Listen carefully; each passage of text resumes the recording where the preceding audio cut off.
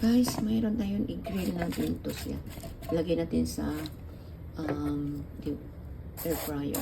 Tapos, spray natin siya. Spray, guys. Spray ng oil. Lagyan natin ng salt, pepper. So, then, lagyan natin ito. So, ito may oven. Turn on natin oven, guys. So, 180. Tapos, ilang minutes. Lagyan natin ng 10 minutes. Ano natin siya ng 200. 200. Okay, 200 yan. Tapos, natin siya ng 10 minutes. 10 minutes.